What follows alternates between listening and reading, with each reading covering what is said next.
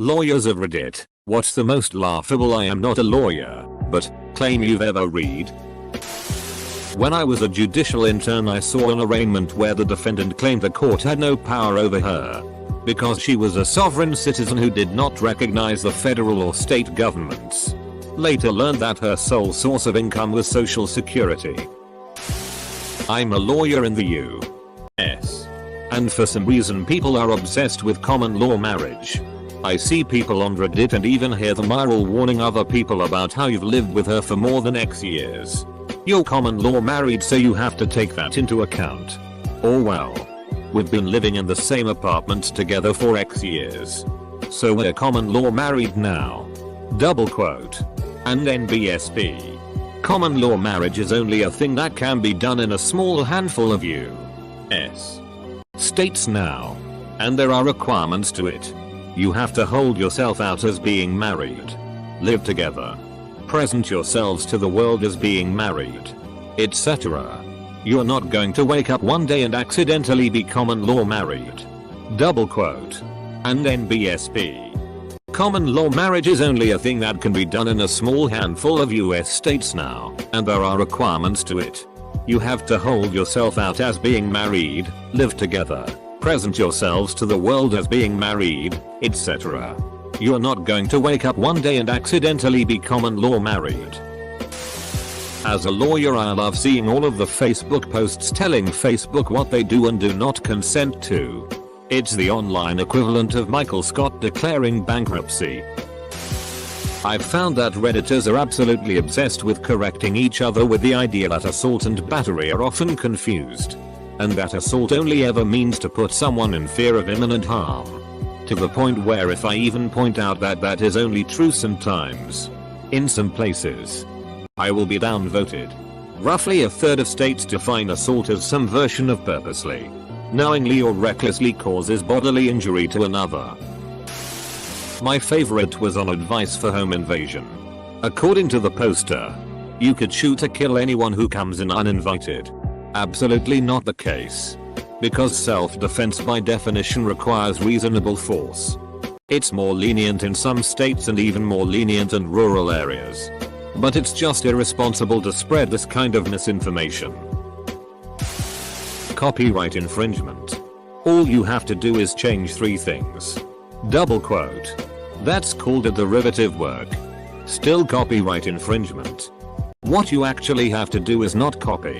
As a general rule, if you can come up with some legal loophole while talking shit with your friends, the people who spend their entire lives in that space and have degrees, decades of experience have already thought of it, and it doesn't work how you think. My favorite is if you ask an undercover officer if he is a police officer, he can't legally lie to you. Double quote. Yes, he can. Had an undercover in on a deposition once and he had been wearing a wire for part of the investigation. He was asked if he was undercover by a co-defendant and his response was yay. Obviously. I'm here buying drugs from you guys cause I'm an undercover police officer. I have a wire hidden under my beard and everything, you f-king moron. He said it with such immense sarcasm they didn't think twice about it and sold him a trafficking amount of cocaine. Anything on our legal advice? Do not go there for actual legal advice. I go there to laugh because come on. In real practice, though, we get those nutty proper plaintiffs suing for millions or billions because of some slight, or because the government doesn't have jurisdiction over them as free Americans, or because they're sovereign individuals. I had a non-lawyer try to tell me that testimony was not reliable evidence and that a judge could not rely upon it in making a factual determination. This was in the context of a small claims case I was helping my client prepare for. It was my client's word against the opposing parties, plus some photographs he was planning on introducing. I told the opposing party that I'll guess we'll see what the judge does. Spoiler. The judge found my client's testimony much more compelling and ruled in his favor. I'm a recovering patent attorney who now works at a major research university doing work in autonomous vehicles, RT, and a number of other high-tech fields. The number of people who don't understand patents, particularly on Reddit, is astounding. And the number of people who comment as if they know what they are talking about is also unreal. I shouldn't be surprised by the comments alone because it's Reddit. But I'm the number of upvotes that follow are mind-boggling. I stop myself from submitting a response to those types of posts on a daily basis because it's just not worth my time. Also, almost everything enlisting Mueller, Trump, impeachment, etc. on our politics, our news, or any other subreddit is almost always incomplete or incorrect on the law. For whatever reason, a lot of people do not understand that only the government, not private citizens or corporations, can violate your rights. The most obvious example is that Facebook, Twitter, etc. are well within their rights kicking Alex Jones off their platforms. A more complicated example involves the Fourth Amendment search and seizure rules. The police are not allowed to unreasonably search you. There's nothing in the Constitution barring a private citizen from unreasonably searching you and handing over any evidence to the police. Though this wasn't online, but a guy was representing himself pro se against a client of the legal clinic I worked at the time. She had a semi-public job doing promotion for a local pro sports team. Some dude did a brief fan interview with her at a game. And that lone interaction sparked a 5-year stalking saga, during which she got married and had kids with someone else, that culminated in the stalker making the following claim. He wanted a paternity test for her children. Because he was convinced she had paid someone to follow him, find out when he masturbates, break into his home, steal his semen, and deliver it back to her. Apparently she had then impregnated herself with his Kleenex semen and her 2 small children were actually his. I've never seen a judge looked as shocked or as tired as I did on the day that motion for paternity was denied. My answer is actually basically all of the I am not a lawyer, but claims. The funny thing about being a lawyer is that the answer is almost always it depends. Sure, the laws generally stay the same but the outcomes are so contingent upon the facts that you can never know with certainty how something will turn out. Thus, my answer for 90+% of my clients is it depends on who the judge is, who shows up to testify, what the witnesses say, what theme opposing counsel goes with, etc.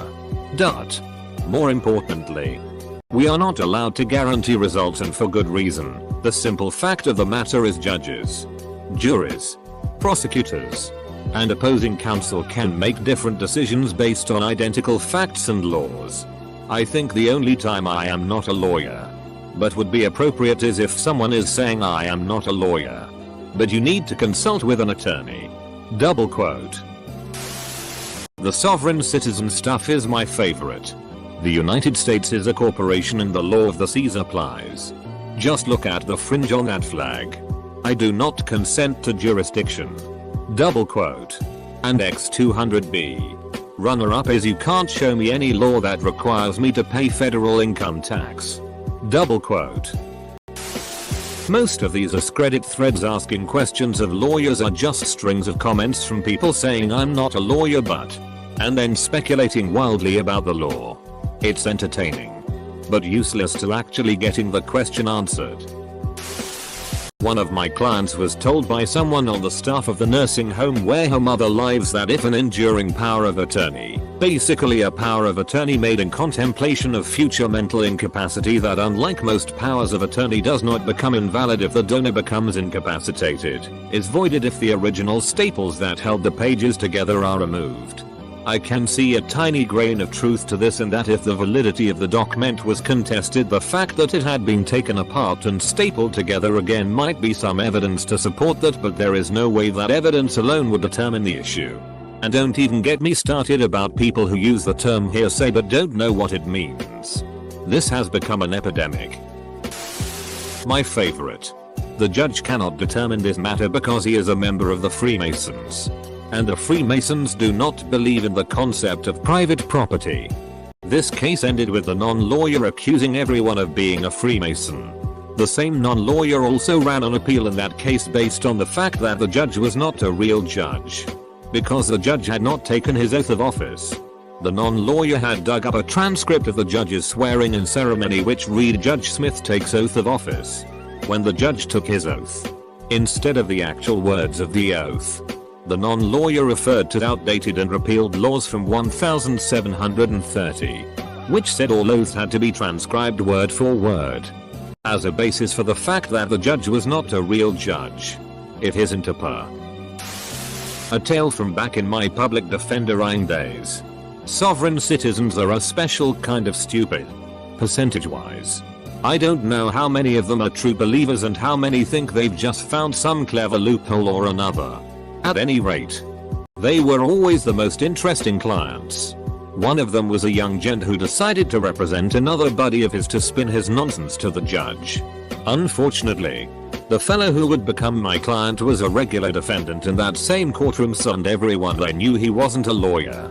When he was arrested, so which is to say immediately, the judge was not swayed by his argument that he was acting of counsel rather than practicing law without a license. Double quote. The operating a motor vehicle charge which would follow was only semi-related. I work a lot in real estate law and I generally enjoy reading anything that comes up related to landlord-tenant laws. Generally speaking, Reddit loves to jump on the illegal and don't pay bandwagon. These are terrible pieces of advice. I have seen plenty of people recommend solutions that would likely result in eviction. I usually hop in, politely inform the poster that laws vary from state to state and that OP should review local LL tenant laws. There seems to be a general misunderstanding that testimony is not evidence. For example, I see this a lot in our pay cases. People will say the victim has no evidence, that it's just a he said she said. What a witness says on the stand is evidence. It's just up to the trier of fact to decide whether it's credible evidence. Literally anyone who claims to be an expert on the law who obviously don't know shit. Like they've seen a couple of police procedural TV shows where they heard Miranda rights and they think they're now qualified to argue a case before the Supreme Court. Where I run into this personally is whenever I'm throwing someone out of the hospital where I worked. I have a right to be here. No. You have the right to seek medical attention. If you're just a visitor and you're here to steal meds and pick fist fights, you're out the door. Asshole. I'm legally but I quit, a corporate lawyer. Basically no one understands fair use and copyright. I keep seeing people analyzing songs and art and calling everything plagiarism and copyright infringement. I'm not talking songs, but stuff like chord progressions or character names. Just because something exists within a work doesn't make it the author's exclusive property. This random guy at the deli told me, I'm not a lawyer but I know for a fact my baby mama ain't gonna get a dime of this child support money. I asked him why he thought that and he said it was because she owed back taxes with the IRS and they were going to garnish the child support payments to pay it off. All I responded with was wow, that's new. Double quote. Just today a semi-retired police officer told us if you get pulled over while DUI, just chug an open liquor bottle in front of the officer. He claimed they can't prove anything then. Obviously I didn't have the life experience to call bullshit. And I'm sure a super expensive and super connected lawyer could get it down to open container. But I'm almost positive any half-ass lawyer could easily prove you were drunk. Alcohol isn't instantaneous. I work for a courier service and while we don't specialize in legal work we still get quite a lot of requests. The best are the cooks trying to do proper work. Non-lawyers trying to represent themselves are 99.9% of the time completely insane. One time I referred a proper cook to a different legal service and 20 minutes later got a call from that service laughing telling me to not send them any more crazies. Hey people. If you are working with the law, get a F-king lawyer. There's so many, mostly statements about the First Amendment, since that only applies to government action, not private action. I would say I also see a lot of claims on how it's unfair to discriminate against X where X is not a protected class or partially protected class. There are not as many protected classes or they are far more limited than people think. So if someone spontaneously decides to deny you service at a restaurant and it's not for a clearly enumerated reason relating to a protected class, You most likely do not have a claim against them. You can sue them, but a judge will laugh you out of court. On a more practical matter, people also tend to very overinflate how much certain industries will be shaken up by recent legislation or appointees. Clients sometimes assume that everything is going to change all at once. Yes, things do change. But the SEC is not going to stop enforcing securities regulation anytime soon.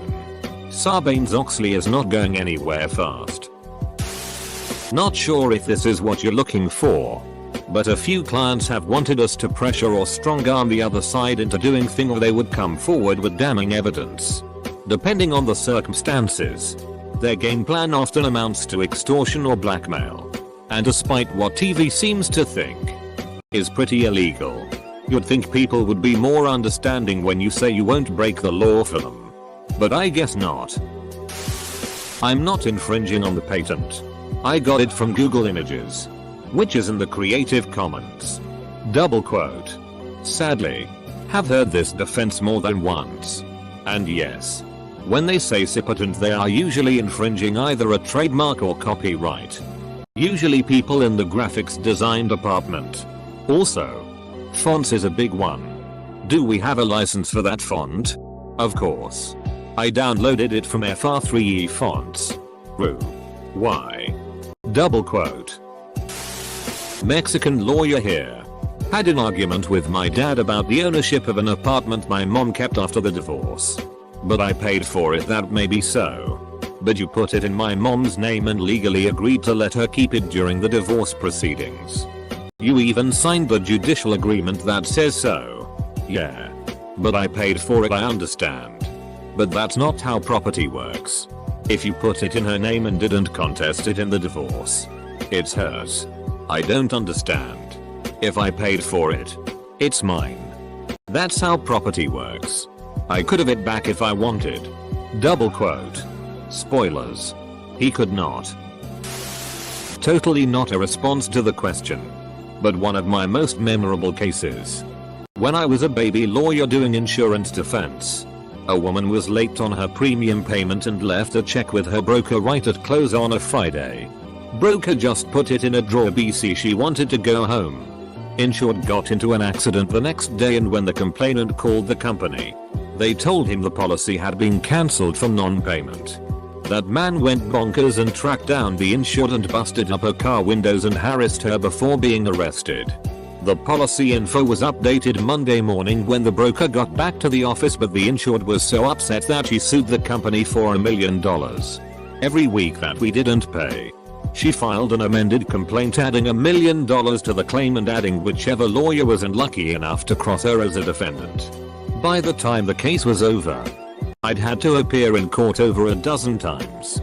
The woman was asking for $1 billion and the judge said she'd rule by mail so no one had to face the insured again.